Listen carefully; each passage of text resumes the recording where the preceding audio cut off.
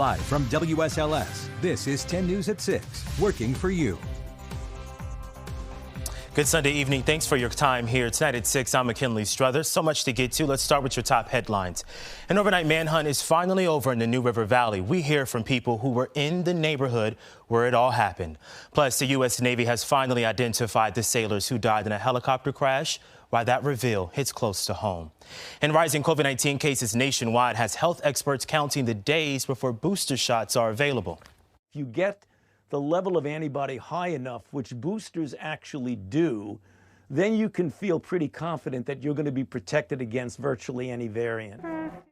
That headline in a moment, but first, 12 hours of tireless searching by way of door knocking, other measures, and helicopter patrols that many of you heard late into the night ends with 4 New Jersey natives jailed in Montgomery County. The news came just after our 11 o'clock newscast last night, and since that time, we've been working for you to get the latest. Here's what we know. Tristan DeFilippo, Dejan Pittman, and 2 juveniles are being held on fugitive warrants with no bond. Officials say only Pittman's mugshot, which you see here on your screen, is available at this time. This all started last night just after 8 p.m. when Montgomery County deputies were asked to help Virginia State Police regarding a pursuit of a stolen vehicle that began on Interstate 81. They were told the individuals had been involved in an armed robbery in the state of New Jersey and were considered armed and dangerous. Authorities say the suspects left that vehicle they were driving in the area of Benoit Drive, which is in the Jefferson Forest area of Montgomery County, if you're familiar, and then those suspects just ran away. It was an effort that took all night, but by the 8 o'clock hour today, authorities successfully arrested all 4 suspects. It was late, as you can see in that video. It was dark and quiet, only police lights illuminating the night sky and the sound of a chopper echoing in that Montgomery County neighborhood. Well, as night turned in today, 10 News reporter Courtney Lockie spoke with those who had front row seats inside their homes. Ian Hull has lived in Preston Forest his whole life. He says it's a very quiet place. I actually had friends over. We were chilling out back. And then we heard sirens and stuff, and we saw like 10 cars pulling up the street. He knew instantly something wasn't right. We were pulling out, and they stopped us at the top. We talked to them, basically said, hey, there's crazy people running through the woods. News spread like wildfire, and neighbors quickly learned that 4 people wanted for an armed robbery in New Jersey were on the run in their area. Troopers say they tried to pull them over on I-81, but they took off, making their way into Blacksburg. Trying to figure out what was going on, I heard helicopters, seemed like they were crisscrossing the area, which made me even more concerned that, there's something really serious going on here. Neighbors like Dwayne Gill were told to stay inside and lock their doors. Even so, he had no idea just how close the fugitives were. When we got up, we got a text from our neighbor, Carol, and she had said that they had someone ring their doorbell and apparently had stayed in one of their trailers or campers over there, and that was really quite frightening. Authorities say the fugitives spent the night hiding out in neighbors' cars and trailers. It wasn't until early Sunday morning they were able to arrest all of them and put neighbors at ease. In Blacksburg, Courtney Lockie, 10 News working for you. Now to Roanoke, where city police say a man was killed in a shooting late Saturday night. Around 11:30, police were told there was a man with a gunshot wound in the 300 block of Harrison Avenue Northwest, marked here on your screen. By the time they got there, officers say the man was unresponsive with critical injuries and was pronounced dead there at the scene. Police say they will identify the victim after next of kin is properly notified. There are no suspects at this time. Of course, if you know anything, you're asked to call police right away. If you were with us last night, you remember we shared the news of 5 service members who died in a helicopter crash off the coast of California last week. Well, tonight, we've learned one of them calls Southwest Virginia home. Naval Air Crewman 2nd Class James Burak is from Salem. As we've reported, the crash happened 60 miles off the California coast during a routine flight operation Tuesday. The Navy says the incident tonight is under investigation. Let's turn now to your forecast. It's been a cloudy day for the most part. Meteorologist Delaney Warden joins us now. What can we expect for our work week?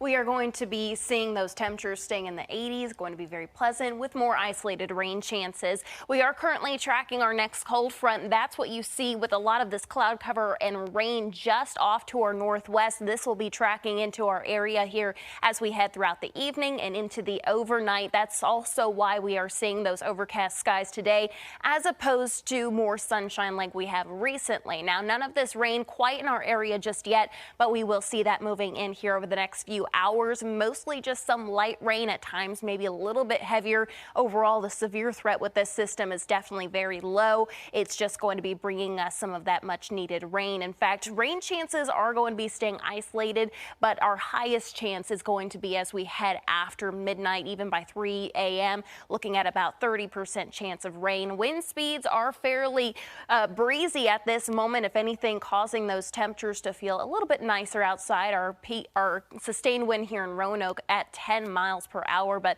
I'll have more details on what you can expect for the week ahead coming up. McKinley? All right, Delaney, we'll stick around for that. Now to your coronavirus headlines. The U.S. has hit a record high number of COVID-19 cases since the start of this pandemic.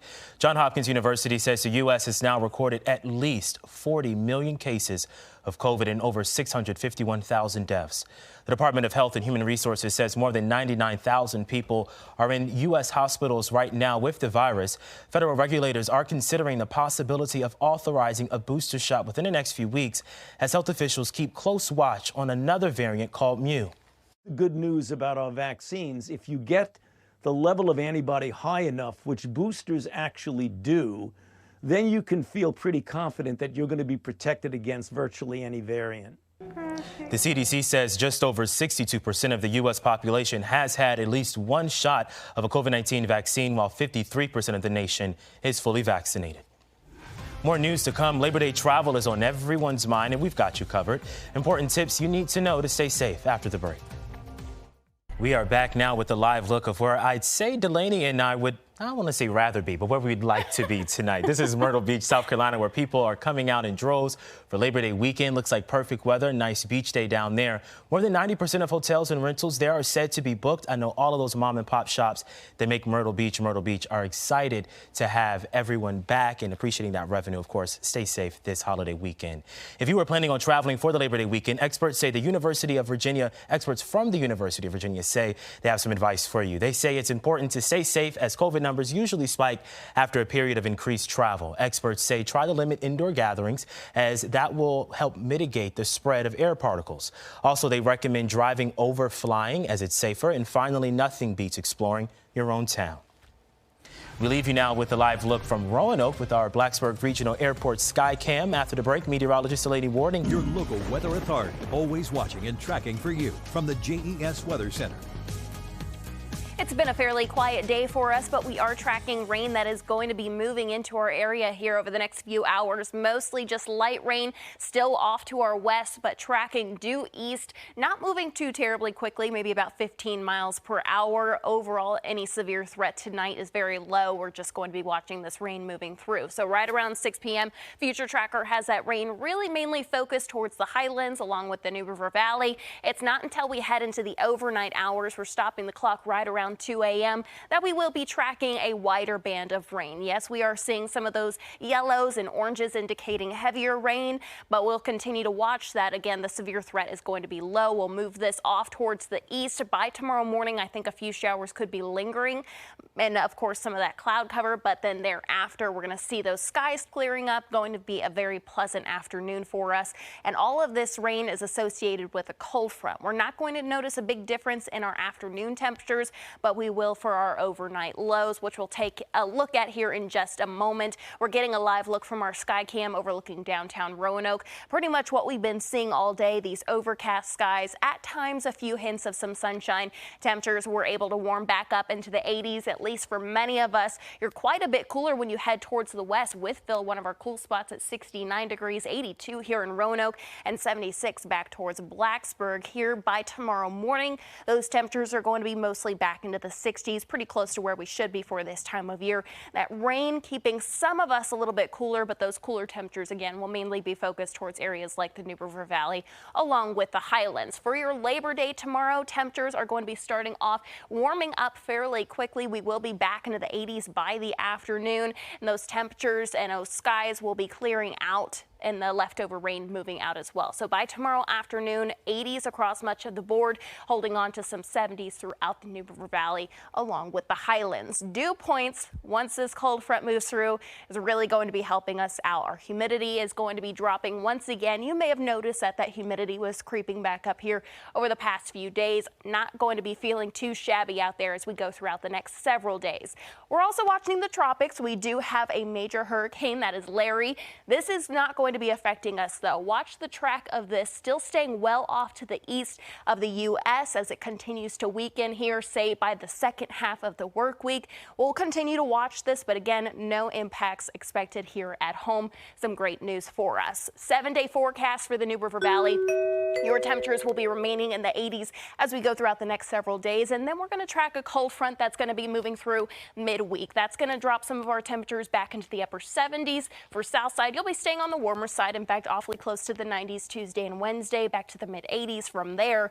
Rain chances over the next several days are going to be staying pretty isolated, with maybe the exception of Thursday for the Lynchburg area. Finally, for the Roanoke Valley, those temperatures are back to the low 80s for the second half of the work week before we warm back up to the mid 80s for next weekend. Eric? All right, coming up, a check on the NASCAR boys as they shift gears for the playoffs. Leroy Thomas talks about his performance in the Keydets win on Saturday and a shaky start with a strong finish. A word from the UVA Cavaliers on that shutout win last night. That and more next in sports. Ahead for us, the new weather concern along the Gulf Coast and the nursing homes at risk in Ida's aftermath, plus the principal speaking out after apparent threat over the school's COVID policy. Those stories and more all ahead on Nightly News.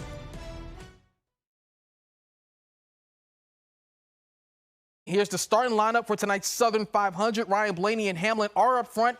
Elliott and Bowman starting in the top 5 as well. Almirola, Harvick, and Truex Jr. starting in the top 10. Of course, highlights tonight on 10 Sports at 11. Your news and notes: the Salem Red Sox currently leading the Fred Nats 42. Hillcats coming up at 7 p.m. And a few more ACC schools in action tonight. Notre Dame at Florida State, Louisville at Ole Miss. The single malt Scotch whiskey every bottle is expected to sell for hundreds of thousands of dollars at next month's auction. And Delaney's going to buy it for us. Oh, yeah. The whiskey was originally... It was supposed to be a surprise. Oh, I'm sorry. I didn't mean to ruin it. Well, this whiskey was originally put into an oak cask back in 1940.